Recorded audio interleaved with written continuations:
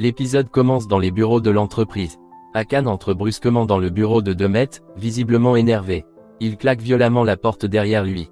Demet, surpris, lui demande ce qui ne va pas. Hakan lui demande si elle a perdu la tête et lui reproche de prendre des décisions importantes sans le consulter.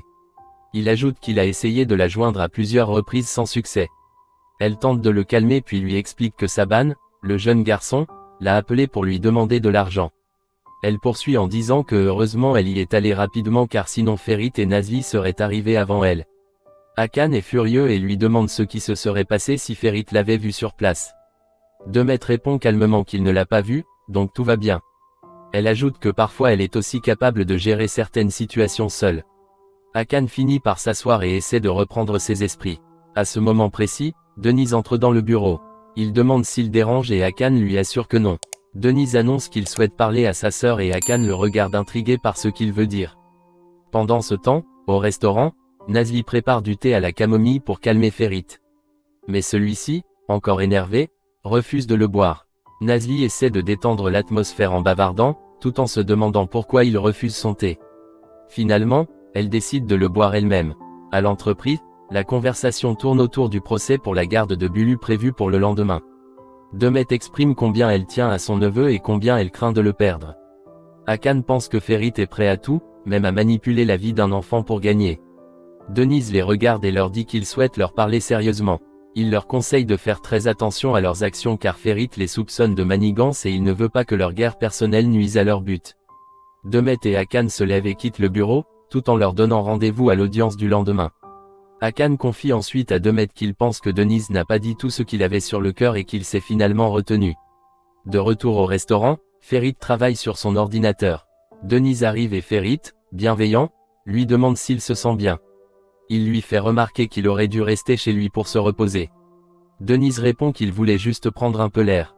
Nazli lui propose quelque chose à boire et Fatos va chercher un café pour lui. Tous les trois s'installent ensuite à l'extérieur pour discuter. Denise évoque de nouveau le mariage de Ferit et Nazli en disant que cela a été une grande surprise pour tout le monde. Il les félicite chaleureusement en leur souhaitant bonne chance. Nazli et Ferit échangent un sourire complice et se serrent la main.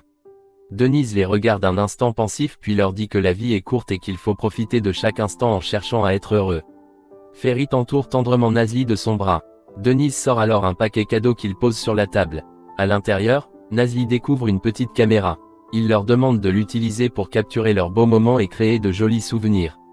Nazli le remercie avec beaucoup de sincérité et Ferit lui lance un regard plein de gratitude. Fatos arrive à ce moment-là avec le café et elle admire aussi le cadeau de Denise.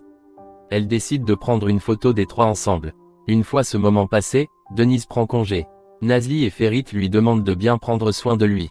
Alors qu'il s'éloigne, il s'arrête un instant, se retourne et annonce calmement qu'il sait que leur mariage n'est qu'une mise en scène. Nazli, Ferit et Fatos sont stupéfaits. Denise leur révèle qu'il connaît la vérité, leur union est fictive, uniquement destinée à obtenir la garde de Bulu. Il leur demande donc d'arrêter de jouer la comédie devant lui.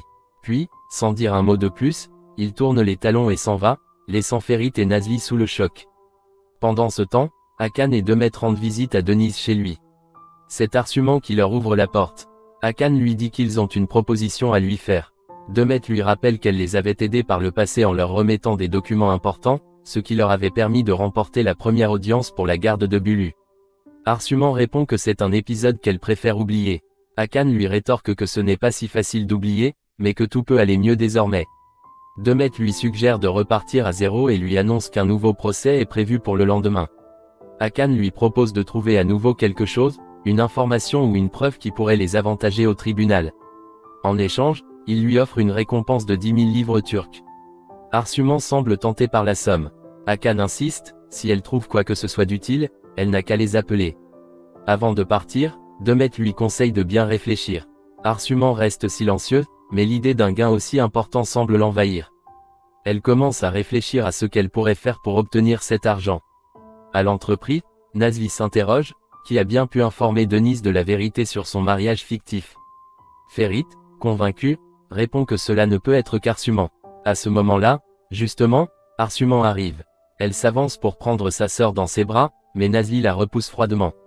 Elle lui demande directement ce qu'elle a encore fait et Ferit prend la parole à son tour pour lui reprocher d'avoir révélé leur secret à Denise. Arsumant nie fermement. Elle affirme qu'elle n'a rien dit, mais Ferit ne la croit pas et quitte la pièce visiblement agacée. Nazli elle aussi refuse de croire sa sœur. Elle veut partir, mais Arsumant la retient et tente de se défendre. Elle lui dit qu'elle a changé, qu'elle essaie de prendre un nouveau départ. Mais Nazli reste insensible. Arsumant, blessé, s'en va en lui reprochant de ne plus lui accorder sa confiance. Le soir, Nazli est assise seule sur le canapé, perdue dans ses pensées. Ferit s'approche doucement, lui tend une couverture et s'assoit près d'elle. Ils discutent tous les deux, inquiets à l'idée que Denise puisse parler. Ferit avoue qu'il ne sait pas à quoi s'attendre car Denise n'est plus l'homme qu'il connaissait auparavant. Il a changé. De son côté, chez lui, Denise est nerveux. Arsumant arrive elle aussi très agitée. Elle dit qu'elle vient récupérer ses affaires. Denise lui demande ce qui se passe. En larmes, elle lui confie que sa sœur ne veut plus lui parler, pensant qu'elle l'a trahi en révélant la vérité sur son mariage. Elle insiste sur le fait qu'elle n'a rien dit à personne. Voyant son état, Denise appelle immédiatement Nazli. Il lui dit qu'Arsumant ne fait que pleurer depuis leur dispute car elle est profondément blessée. Nazli lui répond qu'elle est persuadée que c'est elle qui lui a parlé du mariage fictif. Denise la coupe et affirme que non, ce n'est pas Arsumant qui lui a révélé ce secret. Nazli, surprise, lui demande alors comment il l'a su. Denise répond calmement que tout le monde s'en doutait déjà et qu'elle ne devrait pas accuser sa sœur injustement. Il lui demande surtout de ne pas rejeter la faute sur Arsumant. Nazli le supplie de ne rien dire à Demet. Denise répond simplement qu'il lui dira au revoir et lui donne rendez-vous au tribunal le lendemain. Puis il raccroche. Nazli, inquiète, pense à sa sœur et se demande dans quel état elle doit être. Chez Denis, Arsumant le remercie de l'avoir défendu, mais il lui répond qu'il n'a fait que dire la vérité. Elle lui confie que même sa propre sœur ne lui fait plus confiance. Denise se lève et annonce qu'il sort un peu prendre l'air. Arsumant lui demande où il va exactement, mais il ne répond que vaguement avant de s'éclipser. Pendant ce temps, au restaurant, Tariq déguste une soupe préparée par Fatos. Il la trouve délicieuse et la complimente. Manami arrive et Fatos lui fait un petit clin d'œil, puis les laisse seuls pour leur permettre de discuter tranquillement. Manami souhaite bon appétit à Tariq, qui la remercie gentiment. Caché derrière une porte, Fatos chuchote des instructions à Manami, lui disant comment se comporter. Manami, un peu maladroite, regarde Tariq droit dans les yeux et lui déclare qu'elle l'aime. Tariq, surpris, s'étouffe et boit précipitamment de l'eau avant de prétexter une pause aux toilettes. Fatos revient et trouve Manami triste et déçue. Chez Akane, l'ambiance est tendue. Il prépare les documents pour le procès du lendemain avec beaucoup de nervosité. Soudain, il reçoit un appel d'Arsumant. Elle lui dit qu'elle a bien réfléchi et qu'elle accepte leur proposition. Elle promet de leur envoyer tout ce dont ils auront besoin pour remporter l'audience. Akane, ravi, lui demande ce qu'elle compte leur fournir exactement. Mais Arsumant garde le suspense. Elle lui dit qu'il le découvrira demain et qu'ils doivent seulement préparer l'argent. Elle raccroche. Akane et Demet célèbrent déjà leur supposée victoire. Plus tard, Denise rentre chez lui. Arsumant l'accueille avec un délicieux thé bien chaud.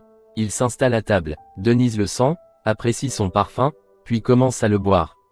En discutant, Arsumant évoque le départ soudain d'Alia, pensant que Denise en souffre car ils étaient très proches. Denise lui répond qu'ils ont grandi ensemble, mais que leur relation était très compliquée. Elle lui demande alors s'il pense encore à elle. Il lui avoue que oui, mais précise que son départ a finalement arrangé beaucoup de choses dans sa vie. Le lendemain matin, Ferit se rend au bureau d'Engin et lui demande si les documents pour le tribunal sont prêts. Engin, paniqué, lui annonce qu'il manque un document essentiel qu'il ne retrouve plus dans son ordinateur. Ferit, rassurant, lui dit de ne pas s'inquiéter car il en a une copie sur son téléphone. Il la lui montre, ce qui soulage Engin. De l'autre côté, Demet reçoit un colis de la part d'Arsumant, avec Akane. Elle l'ouvre en pensant y trouver des preuves cruciales pour l'audience. Mais leur surprise est totale. Le paquet contient 2 poupées vaudou remplies d'aiguilles et une lettre moqueuse. Demet lit à haute voix la lettre dans laquelle Arsumant les traite d'idiots. Akane, furieux, jure qu'il montrera à Arsumant qui est le vrai idiot. Au palais de justice, juste avant le début de l'audience, Denise demande à parler à Ferit. Il s'éloigne un peu. Denise lui demande combien de temps encore il compte tourmenter les gens autour de lui. Ferit, surpris, lui demande de qui il parle. Denise précise qu'il ne pense qu'au bien de Bulu et que tout ce qu'il fait est pour lui. Il reproche à Ferit de ne pas le soutenir dans cette cause. En tant qu'oncle du petit, Denise lui rétorque qu'il ne devrait pas utiliser un enfant pour garder Nazli à ses côtés. Ferit lui répond que la colère et la jalousie sont en train de le détruire. Denise dit qu'il ne croit plus à ses bonnes intentions et qu'à partir d'aujourd'hui, il se dressera contre lui. Ferit lui répond qu'il peut faire ce qu'il veut, mais que sa priorité restera toujours la sécurité et le bonheur de Bulu, qu'il compte bien ramener à la maison. Denise le fixe silencieusement, puis tourne les talons et s'éloigne.